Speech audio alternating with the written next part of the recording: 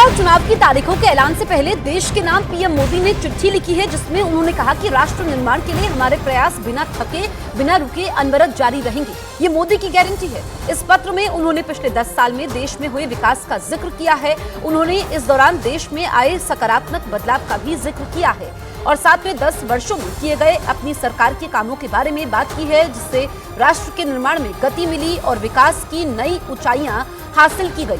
साथ ही पीएम मोदी ने देशवासियों से विकसित भारत का संकल्प पूरा करने के लिए सुझाव मांगे हैं। पीएम मोदी ने चिट्ठी में देश की जनता को परिवारजन कहकर संबोधित किया है। साथ ही पीएम मोदी ने देशवासियों के उज्जवल भविष्य की कामना की है।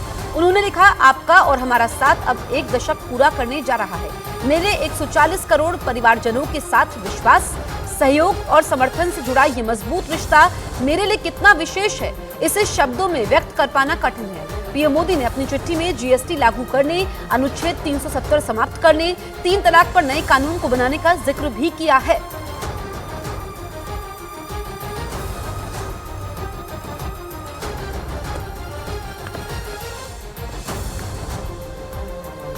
देखिए पीएम मोदी ने किन उपलब्धियों का जिक्र किया है। एक एक करके उन उपलब्धियों के बारे में हम आपको बताते हैं जो पीएम मोदी ने देश के नाम चिट्ठी लिखी है, जिसमें जीएसटी का जिक्र है, अनुच्छेद 370 हटाया है, इसके अलावा 3 तलाक, पीएम आवास योजना, आयुष्मान भारत योजना, यानी कि 10 सालों का लेखा जोखा इस चिट्ठी में है, और किसान सम्मान निधि, मातृ वंदन योजना, नारी शक्ति वंदन अधिनियम, नया संसद भवन, आतंकवाद पर कठोर प्रहार, विकसित भारत का संकल्प। ये जो 10 सालों की बीजेपी की यात्रा रही है, मोदी सरकार की यात्रा रही है, इसका जिक्र इस चिट्ठी में है और साथ ही मोदी की गारंटी का जिक्र भी इसमें है।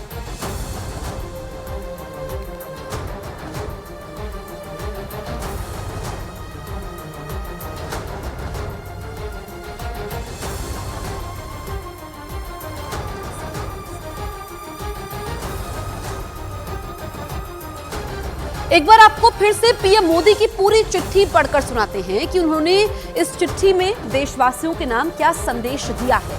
उन्होंने देशवासियों को परिवारजन कहकर संबोधित किया है। मेरे प्रिय परिवारजन, आपका और हमारा साथ अब 1 दशक पूरा करने जा रहा है। मेरे 140 करोड़ परिवारजनों के साथ विश्वास, सहयोग और समर्थन से जुड़ा ये मजबूत रिश्ता मेरे लिए कितना विशेष है, इसे शब्दों में व्यक्त कर पाना कठिन है। मेरे परिवारजनों के जीवन में आया सकारात्मक बदलाव ही बीते 10 वर्षों में हमारी सरकार की सबसे बड़ी उपलब्धि, सबसे बड़ी पूंजी है।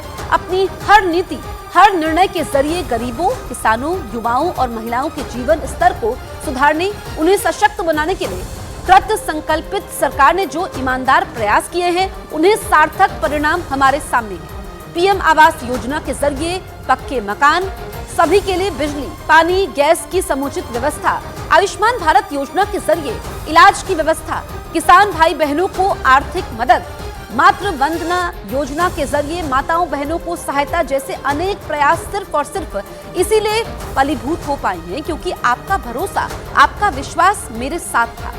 विकास और विरासत को साथ लेकर आगे बढ़ते भारत ने बीते 1 दशक में जहां बुनियादी ढांचों का अभूतपूर्व निर्माण देखा, तो वहीं हमें अपनी समृद्ध सांस्कृतिक और राष्ट्रीय धरोहरों के पुनरुत्थान का साक्षी बनने का गौरव भी प्राप्त हुआ।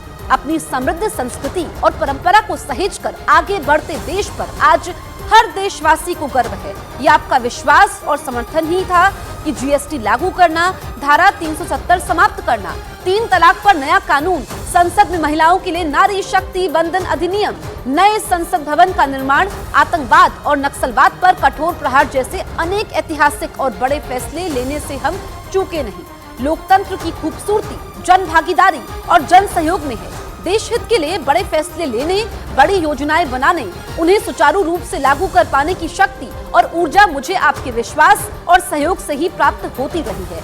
विकसित भारत के निर्माण के जिस संकल्प के साथ देश आगे बढ़ रहा है, उसकी पूर्ति में मुझे आपके विचारों, सुझावों, साथ और सहयोग की आवश्यकता है। पीएम मोदी आगे लिखते हैं इस चिट्ठी में, मुझे विश्वास है कि आपका आशीर्वाद और समर्थन हमें निरंतर मिलता रहेगा। राष्ट्र निर्माण के लिए हमारे प्रयास बिना थके बिना रुके अनवरत जारी रहेंगे। ये मोदी की गारंटी है। आपके उज्जवल भविष्य की कामना के साथ, आपका नरेंद्र मोदी।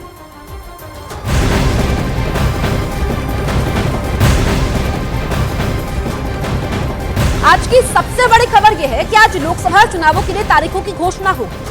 आम चुनाव 2024 और राज्य विधानसभाओं के कार्यक्रम की घोषणा करने के लिए चुनाव आयोग आज प्रेस कॉन्फ्रेंस करेगा। नई दिल्ली के विज्ञान भवन में दोपहर 3 बजे इसकी घोषणा होगी। कल ही 2 चुनाव आयुक्तों ज्ञानेश कुमार और सुखबीर संधू की नियुक्ति हुई है। दोनों ने शुक्रवार को पदभार संभाला। इसके बाद सीईसी राजीव कुमार समेत तीनों अधिकारियों ने चुनाव कार्यक्रम को लेकर बैठक की थी और उसके बाद प्रेस रिलीज जारी कर बताया कि आज दोपहर चुनाव कार्यक्रमों की घोषणा होगी।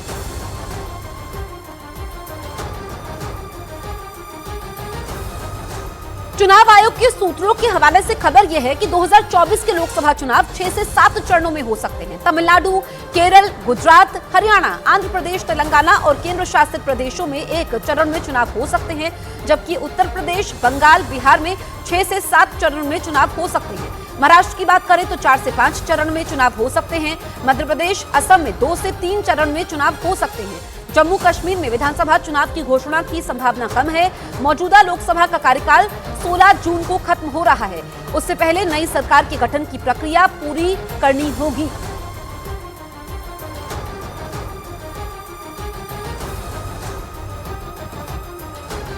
तो चुनाव की तारीखों का ऐलान होने से पहले न्यूज 18 इंडिया से बात करते हुए केंद्रीय मंत्री पीयूष गोयल ने दावा किया कि उनकी पार्टी महाराष्ट्र में 45 से ज्यादा सीटें जीतेगी। सर, आपने एक लाइन बोली, मुंबई जन्मभूमि, मुंबई कर्मभूमि, अब मुंबई चुनाव भूमि होने वाली है। किस तरह से देखते हैं आप? बहुत आनंदित हूँ और मुझे मौका दिया है मेरे नेताओं ने। माननीय नरेंद्र मोदी जी, माननीय अमित शाह जी का मैं कृतज्ञ आभार प्रकट करता हूँ, नड्डा जी का, देवेंद्र जी का।